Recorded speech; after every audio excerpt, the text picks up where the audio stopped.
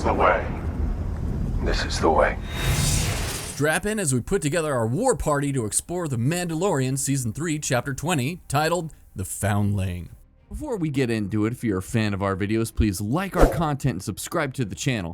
It really does help us out and gives us the opportunity to create more content for you. We open up this episode and check back in on the covert where we get to see some members of the tribe conducting combat training. I love that we're getting to see more of the Mandalorian culture, and this episode does not disappoint in fleshing out the way of the Mandalore. We see Mandalorians training with blasters, grappling hooks, and we even get to see training in the practice of the Rising Phoenix, which is the Mandalorians training in flying with jetpacks. We see Foundlings also practice hand-to-hand combat and one-on-one sparring sessions. Bo-Katan gets to see this all firsthand, and I can imagine that being around so many Mandalorians once more must feel like home for her. Then we get to see Grogu next to the water playing around with some crabs when Din comes over to tell him it's time to train with the other Foundlings. Playtime is over. Once again, we get to see that Din is focused on Grogu's training as a Mandalorian. Din declares that Grogu is the next challenger, and the Mandalorian judge looks at Grogu and tells Din he's too small to fight. Din tells him that he's his ward and to go ahead. We see at this point that Grogu is challenging Ragnar, who we saw in the first episode, and as I speculated, it's confirmed that he is from Clan Vizsla, as Paz Vizsla remarks later in the episode that Ragnar is indeed his son. Eagle-eyed viewers can see in Chapter 17 during the helmet ceremony the flag of Clan Vizsla, which if you're wondering, House Vizsla once used the Shriekhawk as its sigil, but during the Galactic Civil War, the warriors of Clan Vizsla adopted a flowered branch as their new sigil. Bo-Katan comes over, and I like that she is beginning to take on a kind of mother's role to Grogu, and asks Din if having Grogu compete is a good idea, and Din tells her that in order for Grogu to advance from Foundling to Apprentice, he has to learn. Throughout the episode, we learn more about the Children of the Watch through the lens of both Bo-Katan and Grogu, and that is a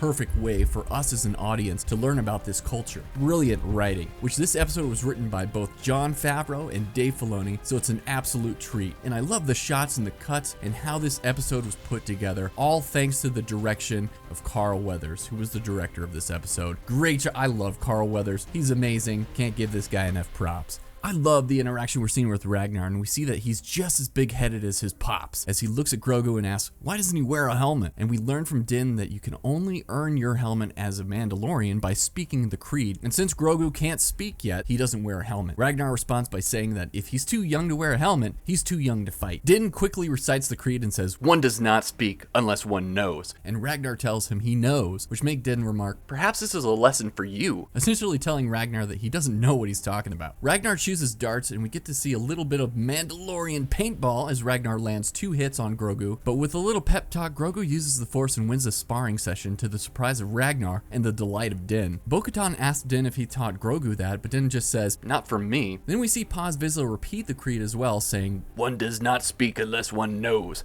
And guys, I really think I'm going to start using this part of the creed in regular conversations from now on. After Ragnar's defeat, a giant reptilian creature snatches him up. And what is it with this kid and large creatures wanting to eat him? Come on, they've done this twice now. Both Paz Vizsla and Din Djarin immediately fly off to save Ragnar alongside other Mandalorians. One of the basic tenets of the creed for the Children of the Watch is to find and rescue Foundlings, and this is the main reason why so many of them immediately raced off to save Ragnar, which ended with their jetpacks running out of fuel, which I rather enjoyed seeing that their equipment doesn't have infinite amounts of fuel and weaponry. It gives it a more realistic feel. As Paz laments about the reptilian creature always getting away, we see the gauntlet overhead, Bo-Katan's ship, as it follows the creature, which gives us another cool shot that references Apocalypse Now as we see the creature and the gauntlet superimposed over the setting sun. This episode did a great job at showing the value and experience that Bo-Katan brings to the Mandalorians, because instead of acting rash, she was able to form a plan and find where the reptilian lives. This results in her leading a rescue team to save Ragnar, which included Din and Paz Vizsla. As they depart on the gauntlet, Grogu is left behind, and the armorer tells him that he has much to learn if he wants to become a Mandalorian, as she guides him into the cave. We learn at this point from the armorer that the Forge is at the heart of the Mandalorian culture, and we understand a little bit more about the relationship between Mandalorians and their armor. The Mandalorians' armor runs deeper than the protection they provide. As their armor is forged, it represents a forging of the individual in both body and spirit, and as the armorer notes, the Mandalorian is forged just like the armor. This almost seems like a form of meditation and gives the Mandalorians a form of introspection to work out their issues, which explains why we got Din's backstory during these scenes in Season 1. Once again, we see a flashback as Grogu recalls his trauma during Order 66, and we see many Jedi fighting to protect Grogu against the 501st Legion of clone troopers. We see these Jedi sacrifice their lives to get Grogu to an elevator. Once in the elevator, we see the fear in Grogu, and I gotta give it up for the practical effects team and the emotion that they're able to portray in this puppet of Grogu. We feel his emotion through his performance, and hats off to everyone at Lucasfilm who worked on this to bring Grogu to life. It looks amazing. Then the doors open up and we get my favorite moment of the episode, which says a lot because I love the Mandalorian stuff so much. But this scene bested all of it with this amazing cameo. We see that it's Kelleran Beck, played to perfection by Ahmed Best, and I gotta say,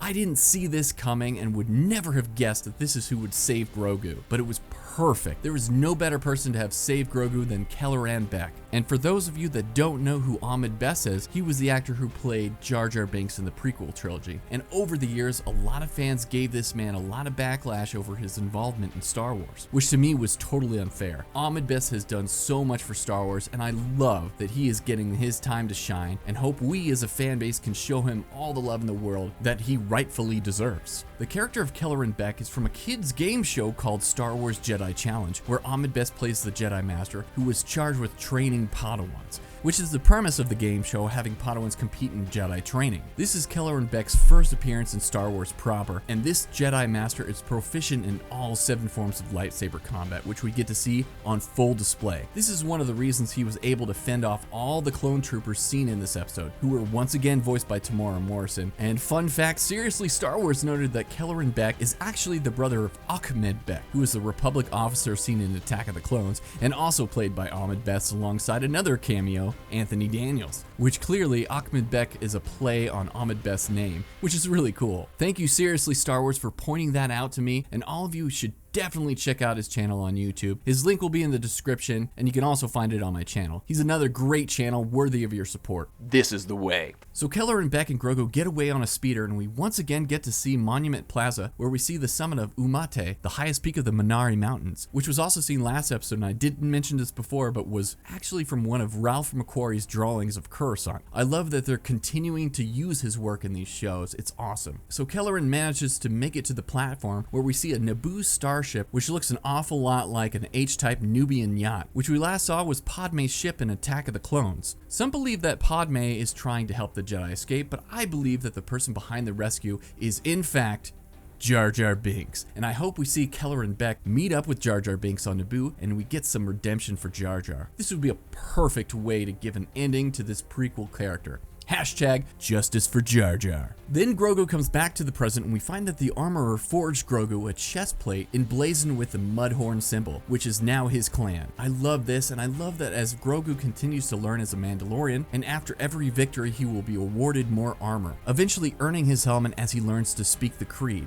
And I believe we might be seeing his helmet ceremony by the end of this season, or possibly the next. And ultimately, the entire show might be the story of Grogu. He might be the Mandalorian referenced in the title. Being the first Force user since Tar Vizsla, I think by the end of this story, we will see Grogu as the rightful leader after Din Djarin. After this, we cut to the rescue team, and they camp below the mountain that they're about to climb at dawn. And Bo-Katan asks Din how they eat around other Mandalorians, and Din tells her, "You don't." And we learn that Mandalorians have to find a secluded place to take off their helmets to eat. Paz Vizsla tells Bo-Katan that since she is the leader of the war party, she gets the honor to stay by the fire as she eats. Then we see the Mandalorians climb up the mountain utilizing their grappling hooks, and I gotta say, I love seeing this scene since I've always enjoyed rock climbing, and as a rock climber myself, it's gotta be awfully difficult in all that armor and gear to summit that mountain. I especially felt bad for Paz Vizsla since he has the heaviest gear alongside his minigun, but they all make it to the top, and after Din picks up a heat signature, Paz rushes in, and this is where we learn Ragnar is indeed his son, but we find that it was actually some baby Reptivians in the nest, and then Mama comes along and regurgitates Ragnar, who by some miracle is still alive, and I believe it's only due to his helmet, which we know can be vacuum sealed to allow the Mandalorians to breathe.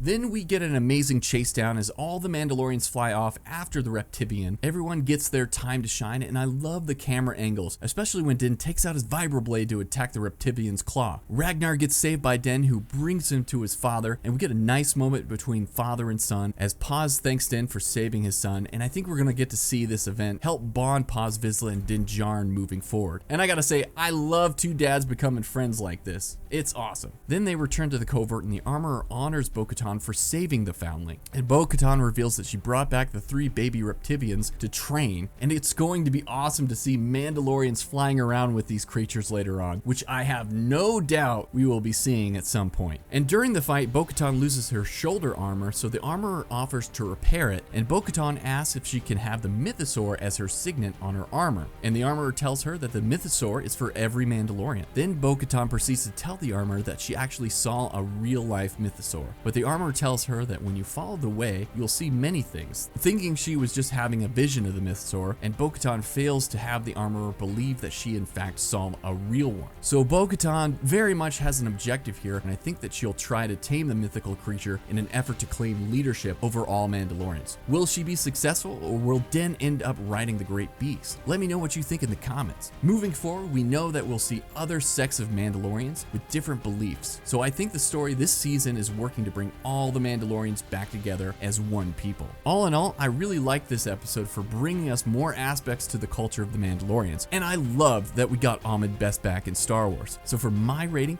I'm going to give this a solid 8 out of 10. I did feel like Din Djarin has taken more of a backseat in the last few episodes, and I really want him to get more focused moving forward. What will happen with Din? Will he become the reluctant leader? Will he lose the Darksaber to Bo-Katan? Will there be a conflict between the two? At this point, it could go any which way, but I do hope this story ends up being Din Djarin accepting his role as a leader and Bo-Katan rallying behind him as they unite all the clans to usher in a new era for Mandalore. At least that's what I want to see, because I love both Bo-Katan and Din Djarin, so I really don't want to see them fight. So there you go, there's my breakdown of The Mandalorian Season 3, Chapter 20, titled The Foundling. So thanks for joining me today on Fatherly Fandom, and don't forget to subscribe to the channel. And from our families to yours, have a good one, and may the Force be with you.